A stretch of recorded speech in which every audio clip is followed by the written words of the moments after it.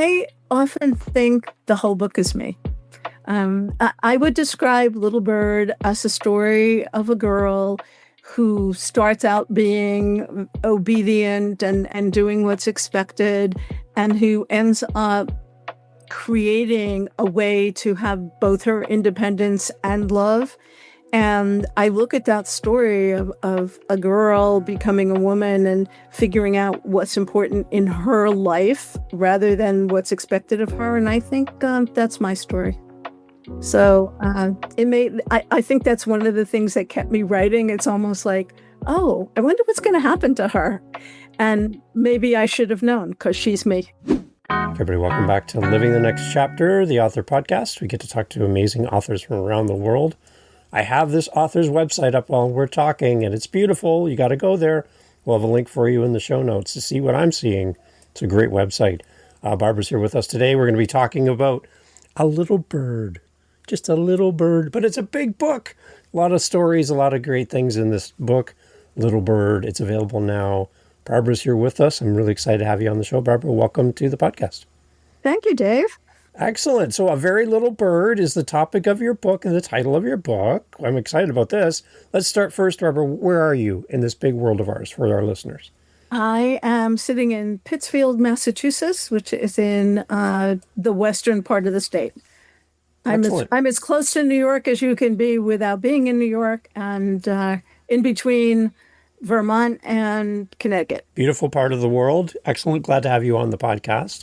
Let's start with the authors that are listening, Barbara. I have authors who come to this show, and they're new to writing, and they would love to have time with someone who's a published author, because you've done something they haven't done yet, and they're looking for inspiration from someone who's further down the path than they are. What would have been helpful for you before writing Little Bird, if you could have time with a published author and have a few moments with them? What would have been helpful to hear from someone else further down the path? Because I want to give the authors listening some of your wisdom and insight. What would have been helpful to hear when you started writing Little Bird? A couple of things. I think, first of all, you can do it. There were times when I wasn't so sure, and I think always having somebody in your corner to tell you it might take a while, but it'll get done, to put the work in, to keep going, to understand that there are many paths to publishing, independent publishing, hybrid publishing, traditional publishing, and you have to find the one that's right for you. And I think too, why do you want to do this? I actually cut that quote out and quote and put it on my whiteboard.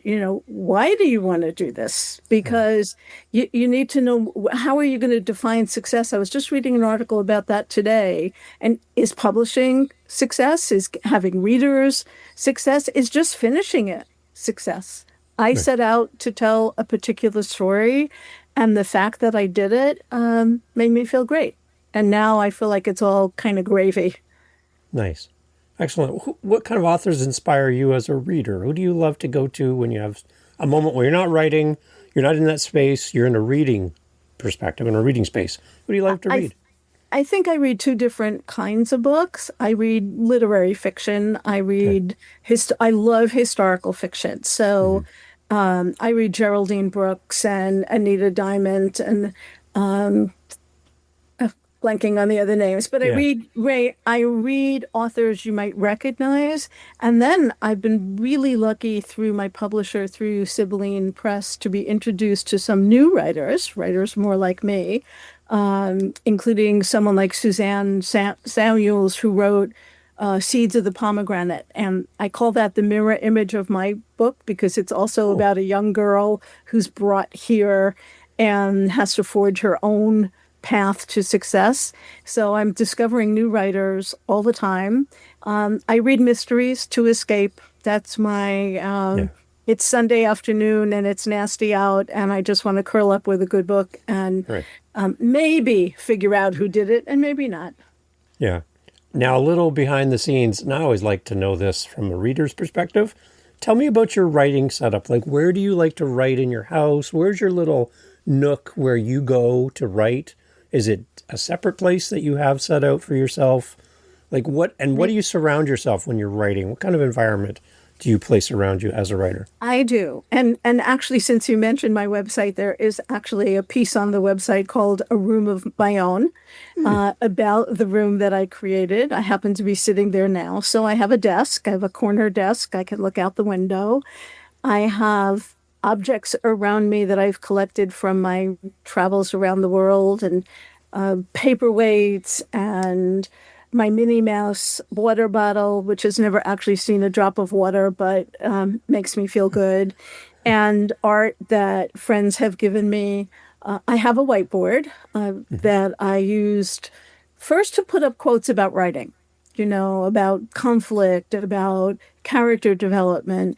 And then as I got into the research, I put up calendars for every year in the time period I was writing about. So if I said the dogwoods were in bloom in that particular April, I looked up the weather to make sure that that was Wow. accurate.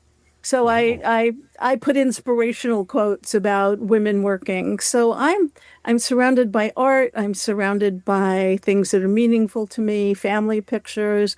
It's quiet. I live alone, so it's every place in the house belongs to me, and every place Yeah. is pretty quiet. But everything is at my fingertips. Other reference books, both about the time period, about writing, thesaurus. Most of that's online now, but I still have actual writing books nearby. Nice. It's nice to hear what that space looks like because we can imagine the writer in a cabin in the woods, with a fireplace and crackling away, or a busy New York writer up in the tall skyscrapers, and the busyness of the city below. It's just kind of nice to see and kind of get a picture of what you are writing in, and maybe how that kind of impacts you as a writer as well. Do you think your surroundings has an influence on your writing at all? I do. Yeah. Before I had the advantage of owning a place and having an office, I did what many parents did. I waited till the children were asleep so I could have that kind of quiet, and I wrote at the dining room table. So, I think now I have more peace around me, and I do think that made it easier. But I do think if you are into writing, you can write anywhere. And I participated in a writing residency in Mexico after I had finished a little less than half the book. And there I wrote outside, I wrote inside, wherever there was space and light, I wrote. And it was really wonderful because I was surrounded by writers who knew enough to walk on by. And we had a lot of group activities where we critiqued each other's work and we talked about writing process. But if they saw somebody writing, it was okay, it's her time, walk on by. So how did you end up in Mexico then for that? That seems like a big difference from your writing space where you are right now. Well, many years ago, I was in a fellowship program, and an author in that program established this writing residency in Tepoztlan, Mexico. It's about an Okay. hour and a half south of Mexico City. And she brings writers mostly from Mexico and from the US, a few from England and New Zealand. And so there are various groups within the residency. So there's poetry and fiction, and within fiction, there's speculative fiction, there's journalism, and there are tracks in Spanish and in English.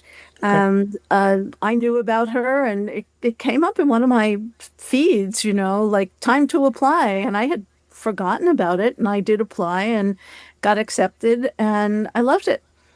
So Nice. other than the tarantulas, I wasn't crazy about that. Yeah, you could, Everything we could else was really fun. we'll skip those. Okay. Yeah, I don't think I'd be a big fan of that either. So let's talk about the seed and the idea for Little Bird. Where did this come from for you that this would be a story that you wanted or had to write? I'm glad you said that because I think that I felt compelled to Good. write it. Um, well, during COVID, and a cousin sent me a picture of my grandparents. It was very romantic. He was sitting on a park bench. She was kneeling in front of him. She had her head on his knee. And it was such an affectionate, romantic picture. And I wrote back to my cousin and said, I just don't remember our grandparents being that affectionate. And she said, that's not our grandfather. Whoa, whoa, whoa, And whoa.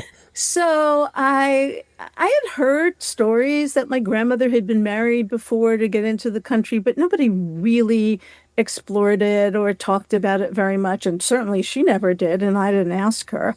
So I hired a genealogist, and we found out that yes, my grandmother had come here in 1910, moved in. She came with her father. They moved in with a family, and she married somebody from that family within a few months. And so the genealogist kind of surmised that this was an arranged marriage. And there was violence in Russia at the time. So it made sense that she would come over here, and the rest of the family came over later. And when I found that out, I just thought, there's a story here.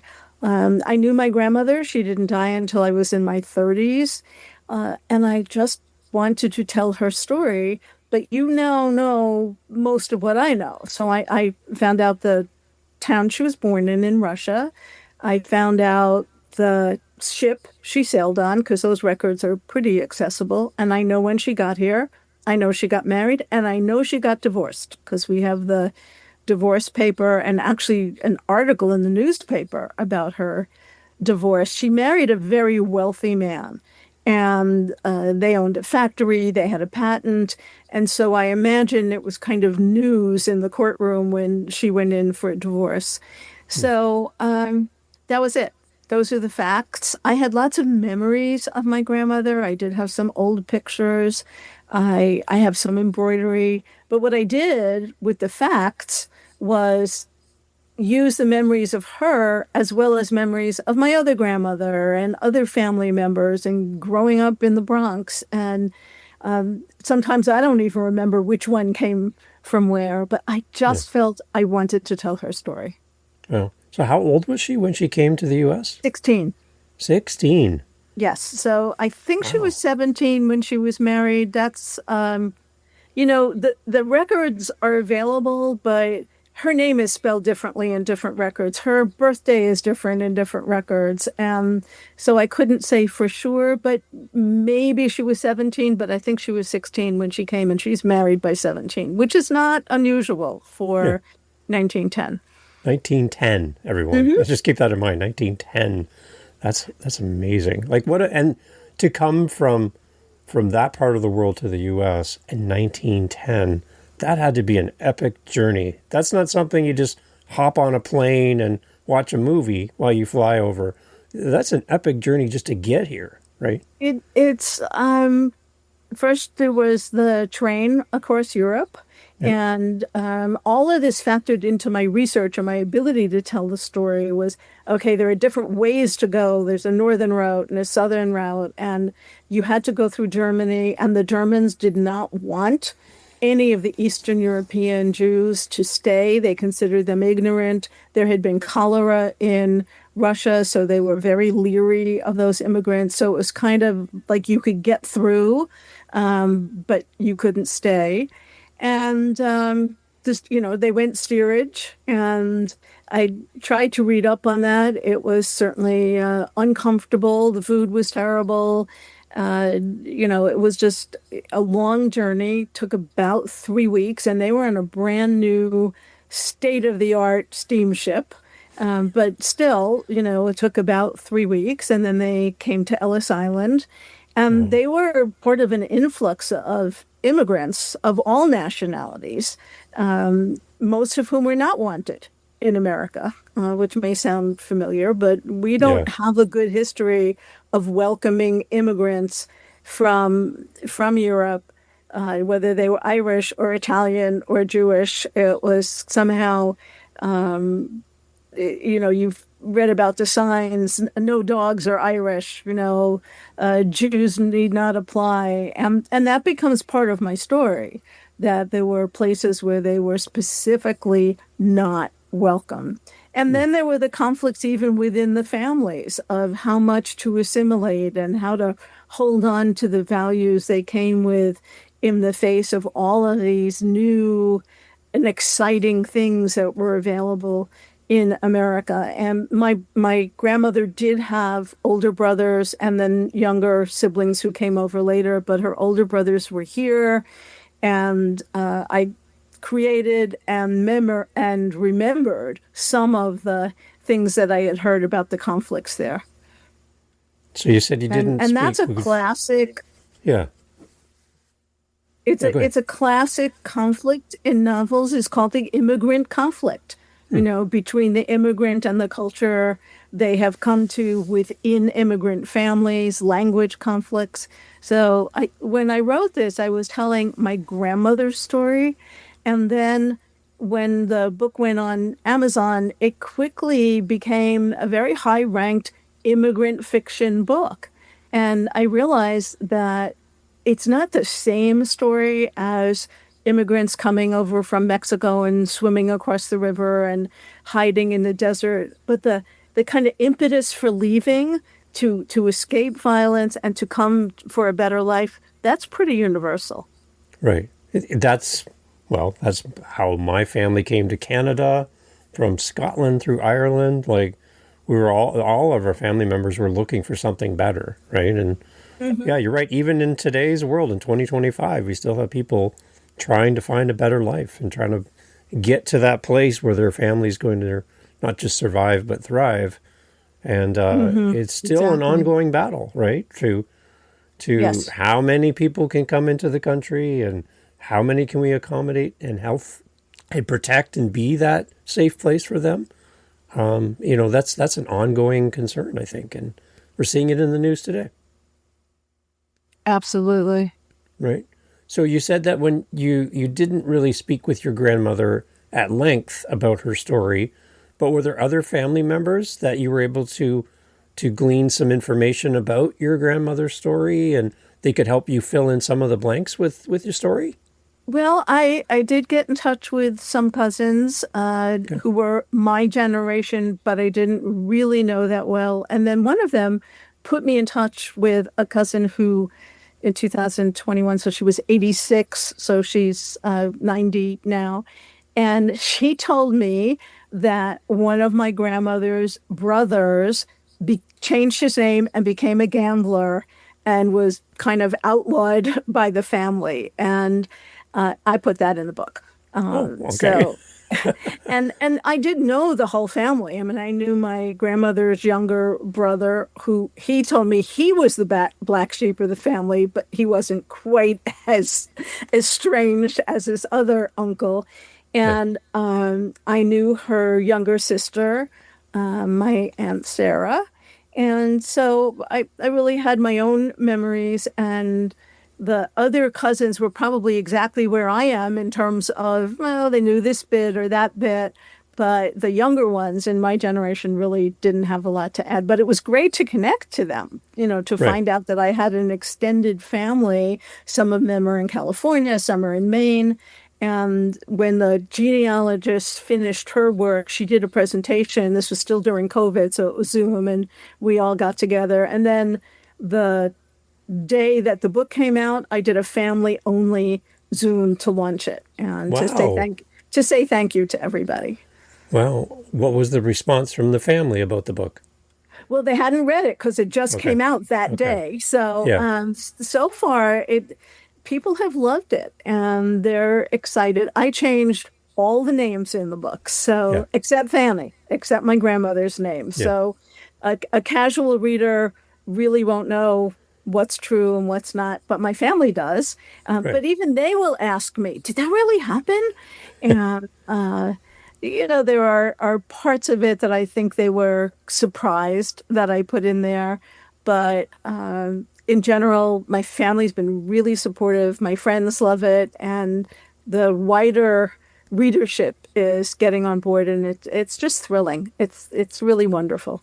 Right. So it's not a book, a story, which is a historical account of your grandmother's life. It's inspired by the events of her life. Exactly. And I've just been writing about that difference because when Yeah. I started writing, I kept thinking I was writing about my grandmother, and I had Right. to let go of that.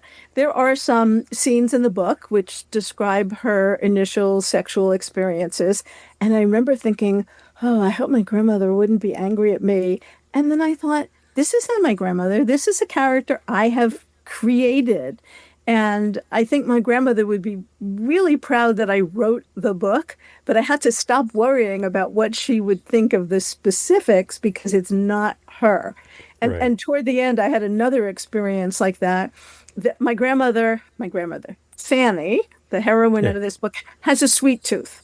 And there are a lot of instances in the book where she takes a piece of chocolate and her mother buys her chocolate kisses, and her mother-in-law brings her a little bag of ruglach that are little pastries. Yeah. And I remember thinking almost at the end of the book, that's where I get my sweet tooth from. And then I realized, no, no, no, no. She got it from me. I made it up. Right. I didn't get a sweet tooth from her. So it wasn't a straight line of, okay, this is not a memoir, it's a novel. It Hmm. took me a while to remember that I was writing a novel. Some of it may be true in ways that I think novels are, sometimes more true than memoirs, but I'll never really know. There must be some freedom for you as an author then to not have to do a historical recount of your grandmother's story. Do you get a chance to write yourself into the book as the author, or is there elements of you as in your character showing up in some of the people that we're going to read? I often think the whole book is me. Oh, I would describe Little Bird as a story of a girl who starts out being obedient and doing what's expected, and who ends up creating a way to have both her independence and love.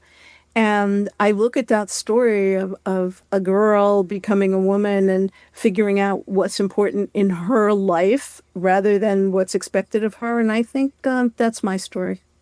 interesting. So I think that's one of the things that kept me writing. It's almost like, oh, I wonder what's going to happen to her. Yeah. And maybe I should have known because she's me. So the title Little Bird, can help me understand how this fits into the story and why that title, because it seems like it doesn't, when I first think about this, I'm trying to figure out how that relates to the story overall and the arc. Explain the title. Okay, well, I will tell you, I knew the title of this book when I started writing it. I mean, it Good. was just popped into my head, and I had advice about other titles, and they said absolutely not. So my grandmother in America was Fannie, but her Yiddish name, that the name she was born with, was Fega, and the diminutive of Fega is Fegala, and Fegala means little bird. Oh, okay. So from day one, I thought, oh, this is Little Bird. But I will tell you something I learned from a reader that I am now taking credit for, but which I absolutely did not intend. When she gets married, I was just looking for a name that wouldn't be my own, which is Viniar with a V. So I said, oh, Vogel. She'll be Mrs. Vogel. And the reader said to me, oh, I love the way you brought it full circle from little bird to bird. And I said, what are you talking about? Vogel means bird in German. Oh, come And on. so this reader assumed that at one point in the book, she needs to give up Fega as her name and Yeah. Fegala. And so I gave it back to her without even knowing. And maybe I did know. Maybe unconsciously, I knew that little bird became bird in a way that she could fly. And I so I those are get the things goosebumps that from that. happen that your readers tell you about that you I don't. know. Actually got goosebumps on that. I thought that was really interesting. Isn't that wonderful? Yeah, even though you might not have known as like the front of mind that maybe subconsciously that was there, but to have somebody come back and give you that feedback, I Yeah, would be it was just great. shocked at that. That's It was amazing. great.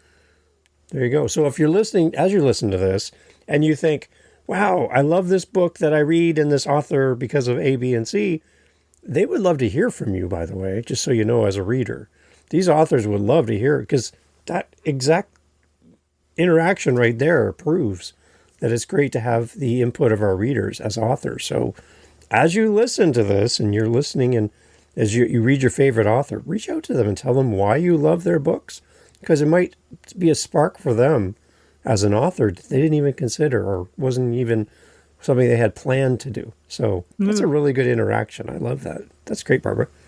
Wow. I love hearing from readers. Yeah, right?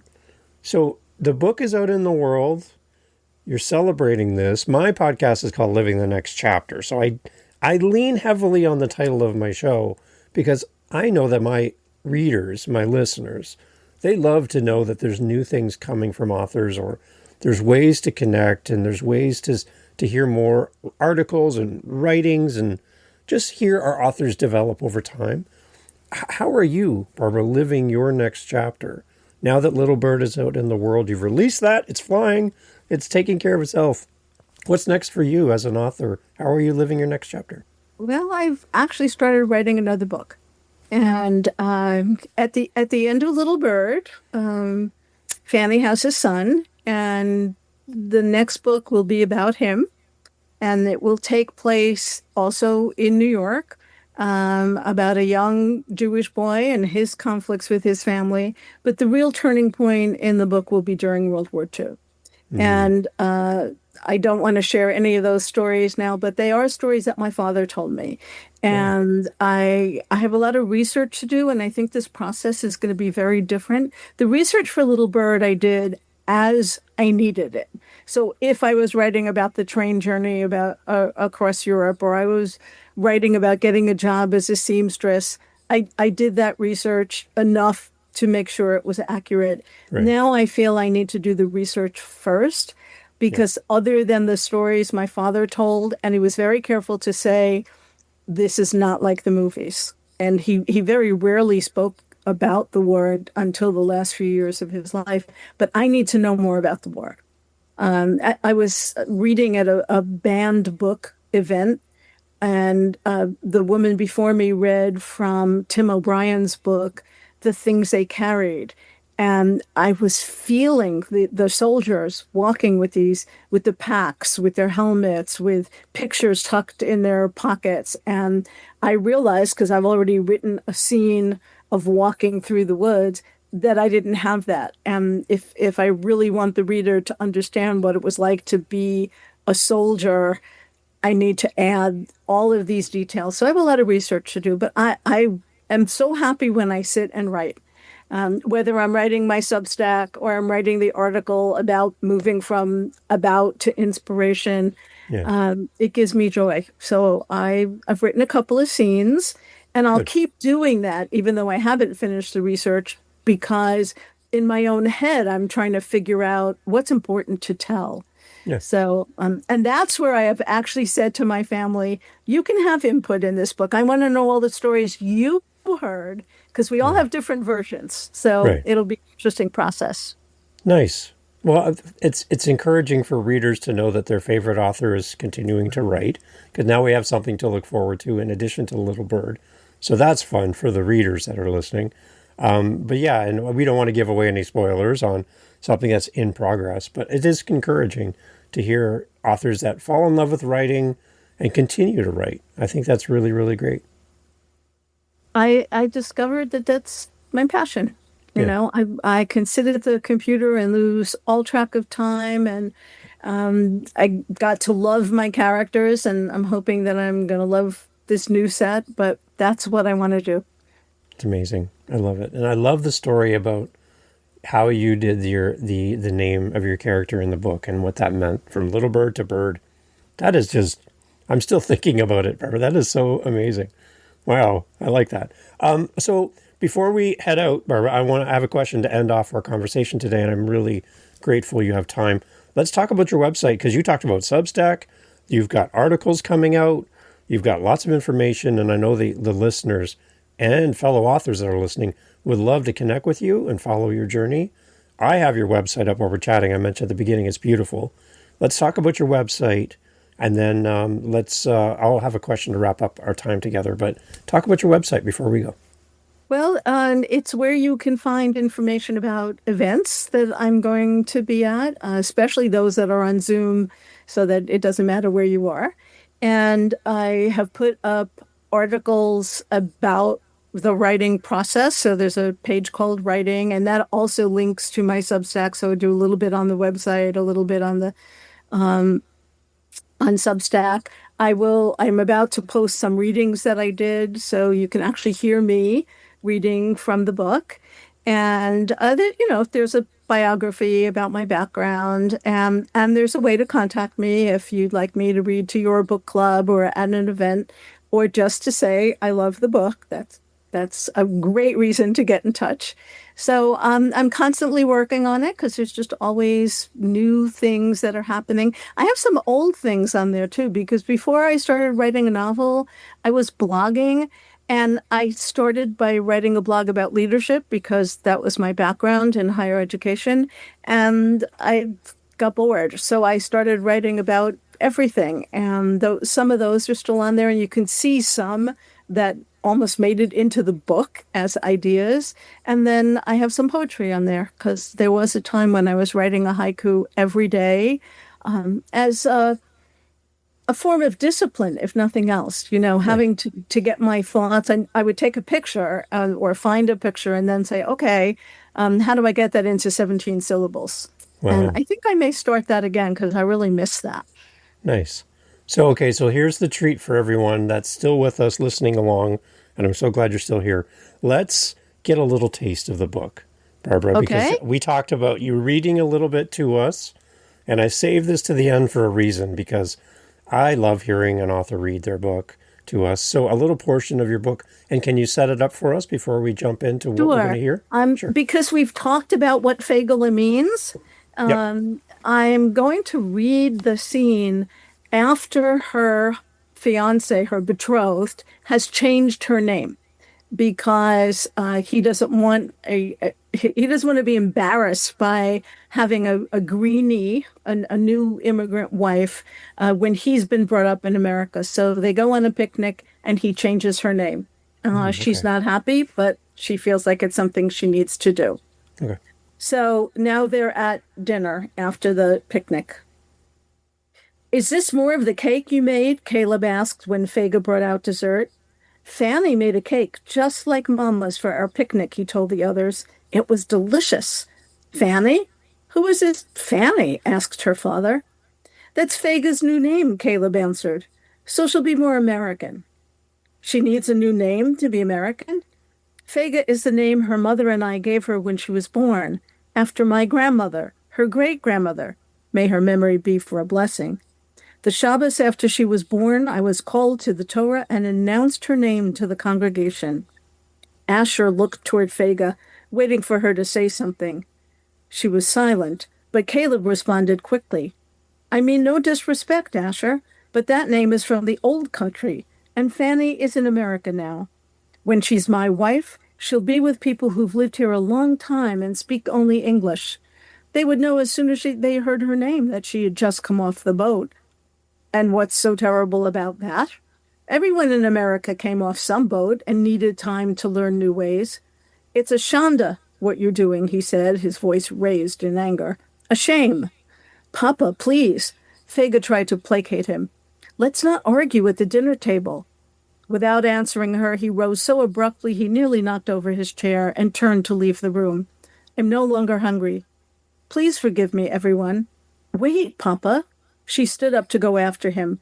Caleb reached out to stop her, but she shook him off.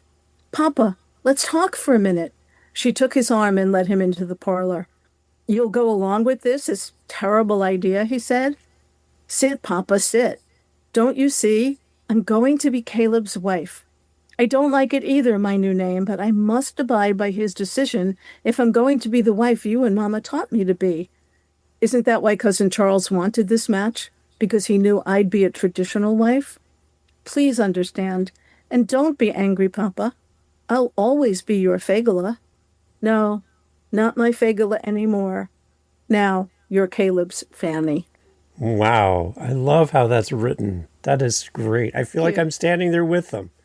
Well, that is amazing. I love it, Barbara. Thank you so much for reading to us. That was great. When you get to that part of the book, everyone, then come back to this episode, hit play, and read along with Barbara as you read that portion of the book. I think that's great.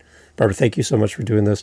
I have an open request for you and an invitation to come back in the future.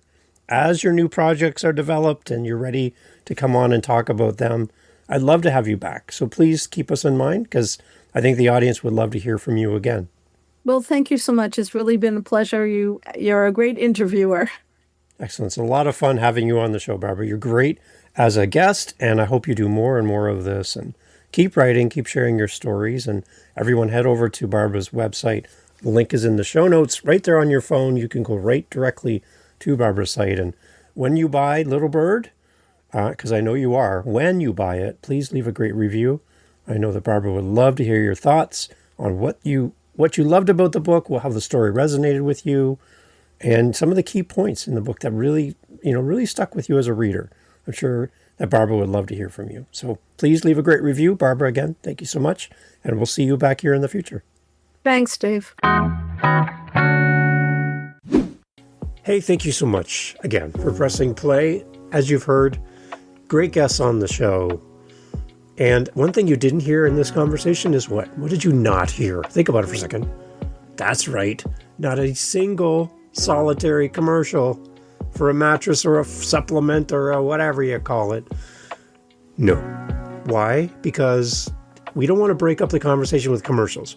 So the fact that you're still here means that you are a fan of the show, I'm assuming. So if you want to help to keep the podcast going and to make me feel really happy, all I really care about is coffee, okay? I just got to be honest. I love coffee. I'm drinking one right now.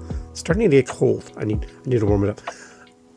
Helping us with our Buy Me a Coffee link over at livingthenextchapter.com and also in the show notes helps kind of keep the lights on around here.